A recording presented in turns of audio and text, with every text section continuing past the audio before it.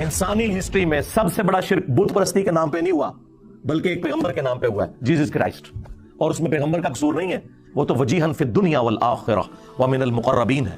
دنیا اور آخرت میں اللہ تعالیٰ کے نزدیک عزت اور وجاہت والے ہیں اور اللہ کے قریبی بندوں میں سے ہیں. ان کے نام پر شرک کھڑا ہوا, اور یہی کام ادھر بھی ہو جانا تھا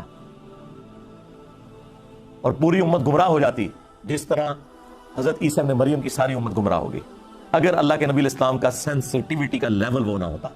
جو صحیح بخاری میں حدیث ہے, حضرت عمر کہتے ہیں میں نے اپنے کانوں سے رسول اللہ کو منبر پہ یہ کہتے ہوئے سنا تھا صلی اللہ علیہ وآلہ وسلم ورضی اللہ تعالیٰ عنہ, دیکھنا میری شان کو اس طرح بلند نہ کرنا جس طرح نصارہ نے اپنے پیغمبر عیسیٰ ابن مریم کو بڑھا دیا.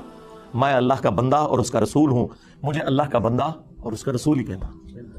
رسول اللہ نے بھی ایک اور جیسس کرائسٹ بن جانا تھا اگر نبی الاسلام کی سینسٹیوٹی کا یہ لیول نہ ہوتا.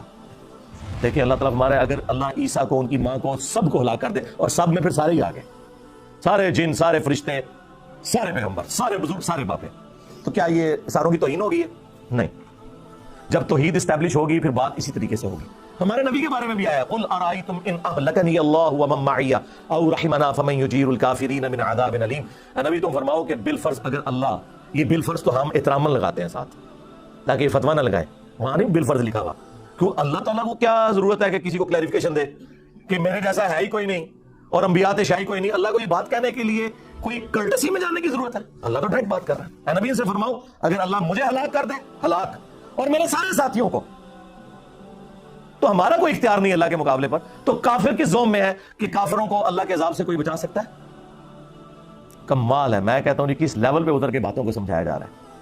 یہ ہے وہ چیز جو آج مسلم عوام کو بتانے کی ضرورت ہے کہ جب اللہ کے مقابلے پہ آپ کوئی چیز کھڑا کریں گے تو اس کو پھر توحید کو اسٹیبلش کرنے کے لیے آپ کو یہ بتانا پڑے گا کہ اللہ کے مقابلے پہ کوئی فرشتہ, کوئی پیغمبر, کوئی جن, کوئی انسان, کوئی شے نہیں ہے اللہ کے مقابلے میں. جو بندہ یعنی اس چیز کو بیان کرتا ہے اسے کہتے ہیں یہ پیغمبروں کا گستاخ ہو گیا. اب یہ نیچرل بات ہے. وہ ہمارے استاد کی بات مولا اسحاق صاحب رحمہ اللہ, وہ پنجابی میں اپنے سٹائل میں کہتے تھے اوے جدو توحید بیان کران گے تے پیغمبراں دی تے ولیاں دی گستاخی تے آپ ہی ہو جائے گی. پھر تے کہاں گے کہ انہاں دے پلے کوئی شے نہیں, سب کچھ مالک اللہ ہی ہے. پھر تے کہاں گے جسے پنجابی میں کہتے ہیں کہ آٹا گوندیا ہلدی کیوں ہے؟ بھئی جب آٹا گوندا جائے گا پھر ہلنا تو پڑے گا. یہ تو نیچرل ہے کہ جب آپ توحید بیان کریں گے تو جو آپ نے جعلی توحید بنائی ہوئی ہے جسے آپ توہین رسالت کہتے ہیں وہ آٹومیٹکلی ہو جائے گی. پھر تو ہم یہ کہیں گے کہ کوئی نبی, کوئی فرشتہ, کوئی جن, کوئی انسان نہ اپنے کسی نفع کا مالک ہے نہ کسی نقصان کا. اگر کوئی کہتا ہے کہ یہ سٹیٹمنٹ غلط ہے تو اسے الٹ کرے, تو وہ سٹیٹمنٹ پھر درست ہونی چاہیے کہ ہر انسان, ہر نبی, ہر فرشتہ نعوذ باللہ اپنے ہر نفع اور نقصان کا مالک خود ہے اللہ کے مقابلے پر. یہ بولنا ہوگا ساتھ, کیونکہ اللہ کے ساتھ میں کمپیئر کر کون بولے گا. تو نفع میں ہر وہ چیز ہے جو انسان کی ضرورت ہے, جن کی ضرورت ہے. ہر انسان, خواہ پیغمبر ہو یا عام انسان, کھانا پینا اس کی ضرورت ہے, آکسیجن اس کی ضرورت ہے, نیند اس کی ضرورت ہے, ٹوائلٹ جانا اس کی ضرورت ہے. آپ تو کہتے ہیں نا کہ فلانے بابے نے سمندر روکا ہوا ہے. کوئی بابا اپنا پیشاب بھی نہیں روک سکتا, اپنا سانس بھی نہیں روک سکتا. ویل مچھلی تو 1.5 گھنٹے تک سانس روک سکتی ہے, بابا نہیں روک سکتا. تو حضرت ابوبکر صدیق رضی اللہ تعالیٰ عنہ نے حمد و صلات کے بعد جو پہلا جملہ بولا, نہ وہ کسی آیت میں ہے نہ کسی حدیث میں. یہ کہتے ہیں نا انجینئر صاحب یہ کتنے لکھے ہے کہ نبی کے جیسا ہے ہی کوئی نہیں, تیرے بابے تے شاہی کوئی نہیں. جی جس جگہ حضرت ابوبکر کا وہ خطبہ لکھا ہوا ہے جو قرآن و حدیث میں نہیں تھا, وہ کہتے ہیں نہیں وہ موجود نہیں تھا, انہوں نے ایکسپلین کیا. جی یہی تو بات ہے کہ ایکسپلین کرنے کے لیے, موٹے دماغ کھولنے کے لیے, اور ایکسپلین بھی ایسا گستاخانہ انداز میں کیا ان کے بقول. دل میں کہتے ہیں, سامنے نہیں کہتے. سامنے آئے تو پھر میں نہیں چھوڑوں گا. فرضی بات بجائے وہاں محفل صلاۃ السلام کرنے کے, رسول اللہ کی شان میں نازل ہوئی ہوئی آیات پڑھنے کے, سیدنا ابوبکر نے رسول اللہ کی میت پہ توحید کا خطبہ پڑھا اور جملہ خود سے ایک بنا کے جس کا کوئی لینا دینا ہی نہیں تھا صحابہ کرام کے ایٹیچیوڈ کے ساتھ. الا من کان یعبد محمدا فان محمدا قد مات.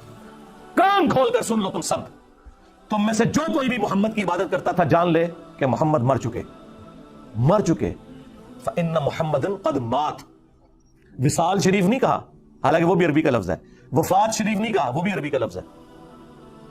اور اس سے بڑھ کر صحابہ میں تو کسی نے کبھی نبی کی عبادت ہی نہیں کی تھی. فرضی جملہ کولوں, یہ کہنا کولوں بولتا ہے انجینئر. جی انجینئر ابو بکر کا غلام ہے, ان کا اسٹوڈنٹ ہے. جس طرح انہوں نے اس وقت الحمدللہ توحید اسٹیبلش کی. آج ان کے پیٹرن پہ چل کے تم نے جو شیطانی وسوسے پھیلائے ہوئے نا, ہم توحید کو اسٹیبلش کر رہے ہیں تمہارے بابوں کے مقابلے.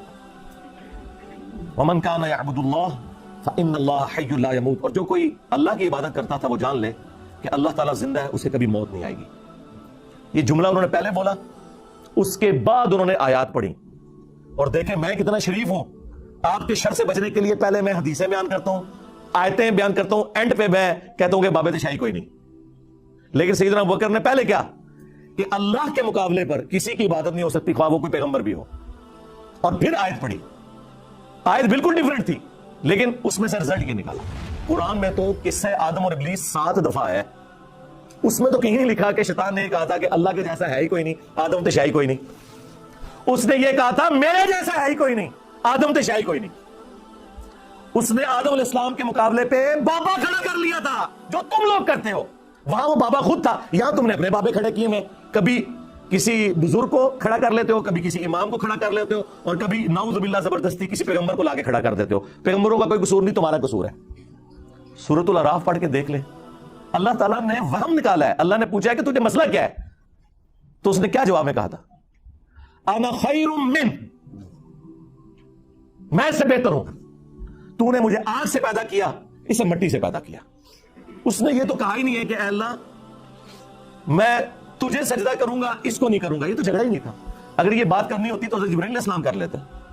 اور بھائی توحید کا مطلب یہ ہے کہ اگر اللہ تمہیں یہ حکم دینا کہ کسی جانور کے آگے بھی جھکنا ہے تو ہم جھکیں گے. اللہ کا حکم ماننا رحمانی توحید ہے, اور اللہ کا حکم نہ ماننا شیطانی توحید ہے. تو شیطان نے اللہ کی حکم عدولی کی تھی اور آدم کے مقابلے پہ اپنے آپ کو کھڑا کیا تھا, اللہ کو نہیں کھڑا کیا اس نے. لیکن یہ جاہل لوگ اپنی شیطانی توحید کو بچانے کی خاطر جان بوجھ کے آپ کو اکثر یہی کہتے ہوئے نظر آئیں گے کہ جی پیغمبر کی تعظیم سے انکار کر دیا تھا. آگے بھی چلو, پیغمبر کی تعظیم سے انکار کر کے ایک بابا کھڑا کیا تھا جو خود بابا تھا, وہ بنا ہوا اپنے آپ کے اندر. اللہ کے مقابلے میں نہیں بات کر رہا تھا, وہ کہہ رہا تھا میں اس سے بہتر ہوں. اور تم لوگ بھی یہی کر رہے ہو, تم نے اپنے بابوں کو پیغمبروں سے بڑھایا ہوا ہے. جو بابوں کی توحید ہے وہ ہے شیطانی توحید, اور جو پیغمبروں کی بتائی ہوئی توحید ہے وہ رحمانی توحید. یہ ہے اصل میں ڈفرنس. یہ جو کلیم کرتے ہیں نا کہ جی وہ شیطانی توحید اور رحمانی توحید یوں نہیں یوں ہے, تو وہ ہم آپ کو بتاتے ہیں کہ اللہ اور مخلوق کے درمیان واسطہ, وسیلہ, ہدایت پہنچانے کا صرف پیغمبر ہوتے ہیں. جو پیغمبر تعلیمات بتائیں گے وہ رحمانی ہوگی. پیغمبروں کے سوا جو کوئی بھی اور بندہ, خواہ وہ پیغمبروں کے نام کے اوپر دھوکہ دے, وہ شیطانی تعلیمات ہوں گی اگر وہ پیغمبروں سے ٹکرائیں گی. ہاں اگر پیغمبروں کی تعلیمات کے مطابق ہے اور اس کو وہ ایکسپلین کرتا ہے مختلف مثالیں دے کر تو وہ جائز ہے. لیکن بالکل اس کے اپوزٹ رزلٹ نکالنا, یعنی آیت تو پڑھنا ایاک نعبد و ایاک نستعین, اور اس کی تفسیر میں لکھنا کہ یا علی مدد بھی ثابت ہوتا ہے, عبد القادر جیلانی کو پکارنا بھی ثابت ہوتا ہے, یہ تو بالکل 180 ڈگری رزلٹ ہے نا. تم اس کی اولاد ہو جس نے ان قریب مر جانا ہے. اکیلا زندہ رہنے والا صرف اللہ ہے. تجھے جب بھی کوئی مصیبت ہو, جب بھی پریشانی ہو, صرف اسی اللہ کو حسن پکارنا. اور میرے بیٹے حسن یاد رکھنا, اللہ کا دربار وہ درگاہ ہے جس نے اپنا کوئی دربان بھی مقرر نہیں کیا. تم ڈائریکٹ اللہ سے مانگو. اگر مولا علی مولا حسن کو نہیں کہہ رہے کہ منو وچ پا میں وسیلہ اور توسل تے باقی سارے بابے تے شرعی کوئی نہیں. یعنی یا علی مدد کو اگر توسل کے نام پر دھوکہ دینا تھا کسی نے, شیعہ نے یا بریلویوں نے, تو اللہ کے بندو مولا حسن کو بتایا جاتا نا. قرآن میں 40 کے قریب دعائیں آئی ہیں انبیاء کی, کسی میں کوئی وسیلہ توسل نہیں ہے. اور وسیلہ اور توسل تو یہ ہے کہ اللہ کے نیک بندوں سے دعا کروائی جائے, ان کی دھونس لگانا اللہ کو, ان کو پکارنا اور کہنا کہ جی وہ اللہ سے دعا کریں گے اور ہمارا مسئلہ حل ہو جائے گا. جی دنیا میں موجود ہو تو ضرور کروائیں. لیکن عبد القادر جیلانی وہاں بغداد میں دفن ہے اپنی قبر کے اندر, اور میں انہیں کہوں کہ مجھے پانی پلا دیں, وہی بات وہی جملہ, صرف کوآرڈینیٹس بدلنے سے شرک ہو جائے گا, کیونکہ میں نے انہیں دعا میں پکار لیا. ہاں وہاں زندہ بیٹھے ہوں, میں فون پہ کال کروں اور میں کہوں کہ حضرت نیسلے کی 2 بوتلیں بھیج دیں کسی مرید کے ہاتھ, تو بالکل جائز ہے. اس طرح کا وسیلہ اور توسل تو بالکل درست ہے. لیکن جو آپ نے کلیم کیا ہے یہ تو امت کو آپ نے شرک کی طرف لگا دیا. اگر یہ چیز آپ کی مان لی جائے تو اس پلانٹ ارتھ پہ سب سے بڑا اگر کوئی مشکل کشا ہے نا مخلوقات میں تو وہ سورج ہے. سورج کی وجہ سے زمین پہ زندگی آباد ہے. ساری فصلیں سورج کی وجہ سے اگتی ہیں, پکتی ہیں, ان کو جانور کھاتے ہیں, ہم کھاتے ہیں, جانوروں کو ہم کھاتے ہیں. یہ سب کا سب نظام, دنیا میں ہواؤں کا چلنا, بارش کا برسنا، گلیشیئرز کی فارم میں پانی کا سٹور ہونا، پھر سورج کی تپش سے اس کا پگھلنا اور وہاں تک پہنچنا بھی ایویپوریٹ ہو کے سمندر سے، یہ سب کچھ سورج کی وجہ سے ہے۔ موسم بھی سورج کی وجہ سے بدلتے ہیں۔ سورج ختم ہو جائے اس زمین پہ زندگی ختم ہو جائے۔ آج تک ہمیں کبھی وہم بھی آیا کہ ہم سورج کو مدد کے لیے پکاریں؟ نیور۔ ہم کہتے ہیں اللہ نے اسے کام میں لگایا ہوا ہے۔ اگر تمہارے بابے کوئی کام کر بھی رہے ہیں، سپوز یہ جھوٹا عقیدہ for the sake of argument مان بھی لیا، تو کرنے دو ان کو یار، کیوں پکارتے ہو؟ اللہ کو پکارو۔ بارش کون برساتا ہے؟ اللہ۔ ڈیوٹی کس کی ہے؟ فرشتوں کی۔ اگر ہم فرشتوں سے بارش مانگیں گے، اور اللہ کے فضل سے آج تک کسی شیعہ بریلوی نے نہیں مانگی، نہ ان کے کسی مولوی نے، نہ میری سیدھی مانگنا شروع کر دیں کہ میکائیل بارش برسا دو کہ گرمی کا موسم قریب آ رہا ہے، نہ، یہ کام نہیں ہو سکتا۔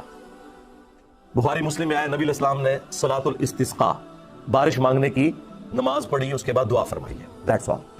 پھر آپ کو دھوکہ دیتے تھے، اور جی قرآن میں تو غیر اللہ کو مدد کے لیے پکارا گیا ہے، صبر اور نماز کے ذریعے مدد چاہو۔ اور یار یہ بھی تم نے غلط پڑھا، صبر اور نماز کو مدد کے لیے پکارو، یہ لکھا ہوا ہے کیا قرآن میں؟ یا وَاسْتَعِينُوا بِالصَّبْرِ وَالصَّلَاةِ، صبر اور نماز کے ذریعے مدد مانگو۔ یہاں بھی وسیلہ ہے، ڈائریکٹ پکارنا نہیں ہے۔ آج تک کسی بیوقوف نے بھی کہا المدد یا نماز، المدد یا صبر، تو غیر اللہ سے مدد کہاں آ گئی؟ اس میں تو ساتھ ہی پڑھ لو ان اللہ مع الصابرین، بے شک اللہ صبر کرنے والوں کے ساتھ ہے۔ مدد اللہ ہی کی ہے، جو صبر کرے گا، نماز پڑھے گا، اللہ اس کی مدد فرمائے گا۔ اس میں نماز اور صبر کو وسیلے کے لیے استعمال کیا گیا، نہ کہ انہیں استغاثے کے لیے۔ سمجھ رہے آپ بات میری؟ سمجھ رہے نا؟ ہاں۔ بخاری مسلم دونوں میں حدیث ہے، اما عائشہ سلام اللہ علیہا کہتی ہیں کہ نبی علیہ السلام کے آخری دن بیماری کے چل رہے تھے، آپ تکلیف کی وجہ سے بار بار اپنی چادر اپنے چہرے مبارک سے ہٹاتے، پاس ایک پانی کا برتن تھا، اس سے ہاتھ گیلا کر کے بخار کو ٹھنڈا کرنے کی کوشش کرتے، اور بار بار یہ کہتے لعن اللہ الیہود والنصارى اتخذوا قبور انبیائہم مساجدا، اللہ کی لعنت ہو یہود و نصارہ کے اوپر، انہوں نے اپنے نبیوں کی قبروں کو سجدہ گاہ بنا لیا تھا۔ آخری وقت کیا بات ہو رہی ہے کہ نبیوں کو اللہ کے مقابلے پہ کھڑا نہ کر لیا جائے۔ اور اما عائشہ کہتی ہیں رسول اللہ ہمیں ڈرا رہے تھے، اور اگر یہ خدشہ نہ ہوتا کہ لوگ رسول اللہ کی قبر پہ سجدے شروع کر دیں گے، تو میں حضور کی بیوی ان کی قبر مبارک کو لوگوں کی زیارت کے لیے اوپن چھوڑ دیتی، یعنی حجرے کی دیوار گرا دی جاتی، جو چاہے جس وقت چاہے قبر رسول پہ حاضر ہو۔ حجرے کی دیوار نہیں اما عائشہ نے گرائی، آج تک نہیں گری اللہ کے فضل سے، آج بھی وہ خیر اب تو بہت پیچھے جا چکی ہے، اب جالیاں ہیں اس کے آگے۔ اما عائشہ کو تو کسی نے نہیں کہا کہ حضور نے کہا تھا مجھے تو تم سے شرک کا خدشہ ہی نہیں ہے، تو آپ آخری وقت میں اس کو شرک سے کیوں لیٹ کر رہی ہیں؟ اس زمانے میں کہانیاں نہیں ہوتی تھیں، وہ آپ میری ویڈیو دیکھیں، مجھے تم سے شرک کا خوف نہیں۔ حضور نے اسپیسیفکلی صحابہ کرام کے بارے میں کہا تھا، اور صحابہ کے پیٹرن پہ صرف ایک جماعت قیامت تک شرک سے محفوظ رہے گی، یہ میں مانتا ہوں، ایک جماعت، جس طرح کہ بنی اسرائیل پوری کی پوری گمراہ ہوگی، یہ امت پوری گمراہ نہیں ہوگی۔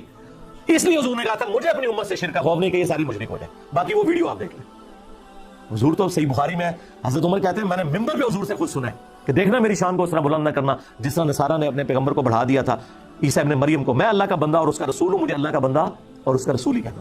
یار کون ہوگا جو اتنا آپ کی آخرت کے ساتھ محبت کرے گا بجز ہمارے پروفٹ کے صلی اللہ علیہ وسلم؟ مسند احمد کی حدیث ہے، نبی علیہ السلام نے فرمایا اللہم لا تجعل قبری وطنی یعبدو، اے اللہ میری قبر کو وہ بت نہ بنا دینا کہ لوگ اس کی پرستی شروع کر دیں۔ اپنی قبر کو بت کہہ دیا، وہ قبر جو ہمیں ہمارے ماں باپ اولاد سب لوگوں سے بڑھ کر عزیز ہے، جس قبر کی حاضری اس پلانٹ ارتھ کی سب سے بڑی نفلی عبادت ہے، اس قبر کو بھی کہہ دیا کہ یہ بت ہوگا، اگر اللہ کے مقابلے پر اس پہ بھی سجدے شروع ہو جائیں گے، اور تمہارے بابے نے مزارتے شاہی کوئی نہیں، لے جاؤ تم بابے اپنے۔ جس قبر کی عظمت تھی اس کا سٹیٹس کلیئر کر دیا ہے، اللہ میری قبر کو بت نہ بننے دینا کہ لوگ پوجا کریں۔ نبی کا تو کوئی قصور نہیں، لیکن حضور خود اپنی قبر کے بارے میں کہہ رہے ہیں۔